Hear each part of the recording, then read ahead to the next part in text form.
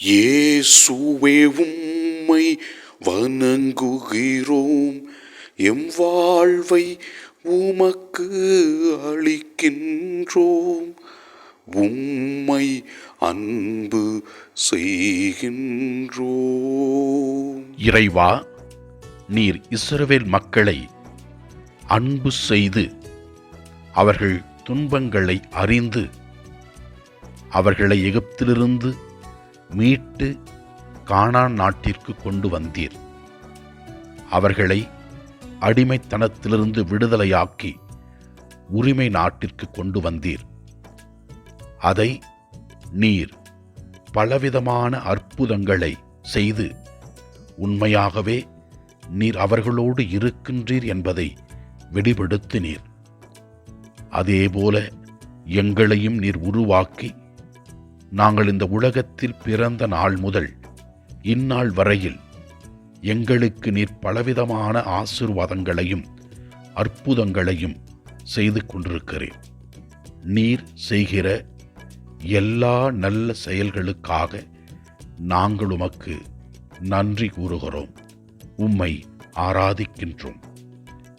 முதல் வாசகத்திலே நாம் பார்க்கிறோம், யோசுவா இஸ்ரவேல் மக்களிடத்திலே தனது அறிவுரையை கூறுகின்றார்.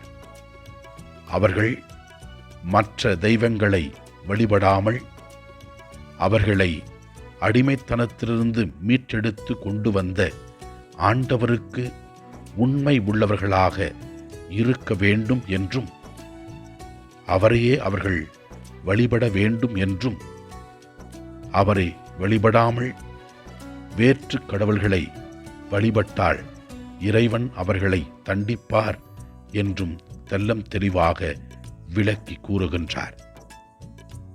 நற்செய்தி வாசகத்திலே நாம் பார்க்கிறோம், இயேசு ஆண்டவர் சிறிய பிள்ளைகளை வரவழைத்து அவர்களுக்கு ஆசி கொடுக்கின்றார். இவ்வாறு அவர் கூறுகின்றார், சிறு பிள்ளைகளை என்னிடம் வரவிடுங்கள், அவர்களை தடுக்காதீர்கள், ஏனெனில் விண்ணரசு இத்தகையோருக்குரியதே என்று கூறுகின்றார்.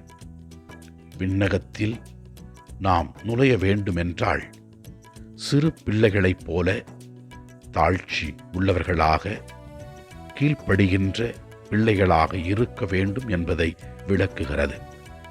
ஆண்டவரின் அருள் சன்னிதானத்தில் இருக்கிற நாம் ஆண்டவரை நோக்கி ஜெபிப்போம்.